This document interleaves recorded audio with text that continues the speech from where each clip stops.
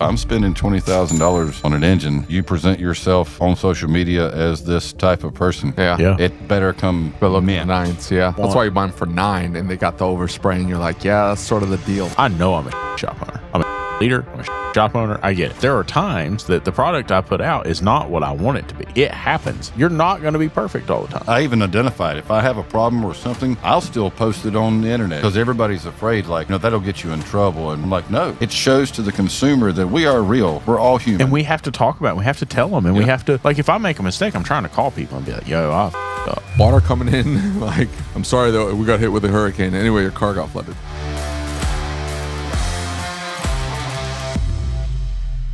We take the trust of our listeners very seriously, and I hope that you know that when I say that Shopware is the best automotive shop management system, I believe it in my heart of hearts. And now it's even better. With new features like Tech App, it streamlines the inspection and dispatching process for you and your technicians. And with massive improvements to Shopware's exclusive digital vehicle experience, they have stepped their game up to a whole new level. So if you haven't scheduled a demo yet, click the link in the show notes and do it today.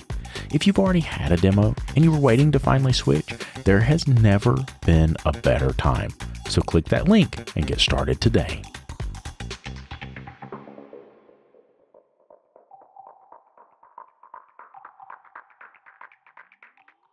Remember Pittsburgh Power used to do tuning on big trucks and they did all kinds of stuff like that? When they did that, the deal was it was a plug-in box and it was never ever to write to the ECM. People say, well, why are you doing that? Because you can write the ECM, you can change parameters, and you can tune the ECM itself. Why would you want a plug-in tuner? Well, Pittsburgh Power said, if we plug in power, then nobody ever knows that it was tuned because there's no write file. And the manufacturer, buddy, you tune a big truck and it's done. Like, that is it. You have no warranty. That sucker is no engine warranty, no transmission warranty, no nothing. And so they were tuning power to them. And then they finally got caught, Clean Air Act, the whole 9 yards. And like, it costs those engine manufacturers a bunch of money to have those failures. So anything they can do to say this was somebody external, whether it was or not, you damn right they're going to blame them. I agree with what you say about calling another shop out blatantly like that. It's something I told the other guys. I'm like, y'all walk a fine line, but you don't say any names. Yeah. You just put the situation out there. When I get involved, it's basically I'm the moderator, person in the middle that has the reason behind it to say, listen, this is how we approached everything. I've sat and watched everybody and their conversations. It never should have been anything to be aired on the internet in the first place, dealing with like Corey's engine. That was a big fiasco. In their light, I do agree with the fact of how they did it without saying a name and just asked, hey, where is Corey's engine? Because he was asked to us, he's not getting anywhere with Dave when he got sent an engine that had overspray all over it. I mean, it just didn't look right. It looked like somebody just threw an engine together and slapped a bunch of paint overspray all over the place. I mean, if I'm spending $20,000 on an engine, you present yourself on social media as this type of person. Yeah. It better come Below mint. nines, yeah. That's why you buy them for $9 and they got the overspray and you're like, yeah, that's sort of the deal. To me, it's kind of like, be honest about it. Why wouldn't he just be honest and just say, hey, here's the deal? At least if you're willing to stand up and say, here's what we did. If I'm doing something that I feel like I can't tell you about, that's a problem for me. If I have a car in my shop and at any point I felt like, oh, don't let the client come back here and see this. I mean, isn't that a red flag? Isn't that a little bit of a problem? Yeah. There's sometimes customer doesn't understand when you're wailing on a wheel to get it off because it's stuck on there. It's like, why are you beating the crap out of my car? Wait a minute, we're not supposed to bring them back and show them that? I'm I'm bringing them saying you back have and be to like, put- look what we're going you know, through. We're trying. It's somebody that doesn't, maybe is irrational or whatever, and maybe they don't understand the context. I've had customers sit there and just stare out the window and stare at my text, and they're like, they don't trust anything we do. Let's say that I'm an engine shop, right? I sorry. sell myself as a rebuilder of engines, and especially in the classic car market. That's a big deal. Yes. Right? Because like when you take that engine out, they want that engine back, right? Mm-hmm. And so like Numbers have to match the whole nine. yeah, and so like if you look at Jamsey, they talk about the fact, hey, we're going to have a conversation with this client. There's nothing we can do. We can't salvage this. And so there's no fixing it. So we got to call him and talk to him. Holy shit, that makes a lot of sense. Duh. In a standard production, I could understand not getting a numbers matching engine back, whatever it is, right? Yeah. I could see that.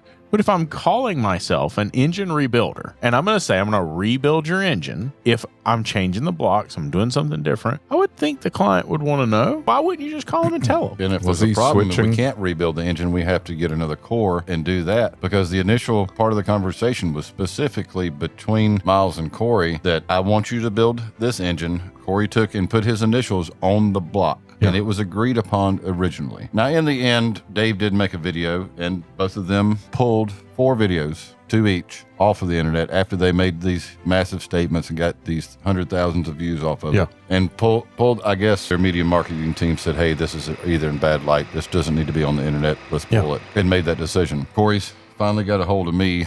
I didn't even know that he'd contacted me like 6 months prior at the same time he had sent the engine off to have me build the Allison. This is a 2016 2500 Duramax. It never had a problem with the engine or the transmission in the first place. What was wrong with it?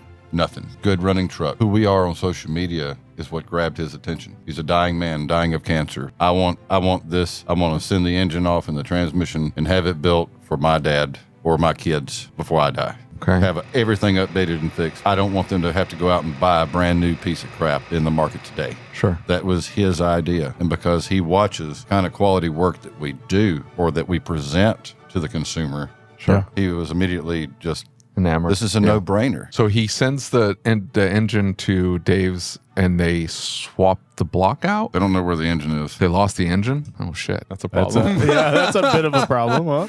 So the guy has to buy him an engine? The other guys mostly to just do a massive shout out, get in front of the camera and say, hey, the first thing that rolls off their tongue is, where is Corey's engine? Enough to get Dave's attention because, see, Miles runs the engine side. Yeah. That is Miles' baby. Yeah. That is not Dave's. Yeah. But Dave's helping him push and promote the content to get people aware of what they're trying to do or what they are doing to provide a service to a consumer. What I think about as we sit here and talk about this is the fact that, like, are we portraying ourselves? And we've had people come out and say stuff about us as shop owners, like, you know, maybe y'all aren't so good. I am all about saying that I'm a shitty shop owner. I know I'm a shitty shop owner. I'm a shitty leader. I'm a shitty shop owner. I get it, right? Like, I know that. I work really hard to put out a good product, but there are times that the product I put out is not what I want it to be. You know what I mean? Like, it happens. There's no way around it. You're not going to be perfect all the time. Yeah, exactly. And we make a mistake. We do make mistakes. I even identify it. If I have a problem or something, I'll still post it on the internet. Yeah, for sure. Because everybody's afraid, like, you know, that'll get you in trouble and this, that, and the other. I'm like, no, it shows to the consumer that we are real. We're all human. And we have to talk about it. We have to tell them. And we have to, like, if I make a mistake, I'm trying to call people and be like, yo, I fucked up. Yeah. You know what I'm saying? Whoopsies. It happens. And there's things I can't control. Like, I'm getting ready to have to go back and be like calling some people saying, hey, your car got flooded. I can't do anything about it. It doesn't make it more comfortable to call them and tell them. Yeah. I mean, I can't do anything about it, though. That's why I'm like, you don't feel bad about that. It's like, hey, sorry. I feel bad about everything. I've been around you too long. That, though? That? No, not really. Watch your glasses there. I know. But water coming in. Like, I'm sorry, though. We got hit with a hurricane. Anyway, your car got flooded.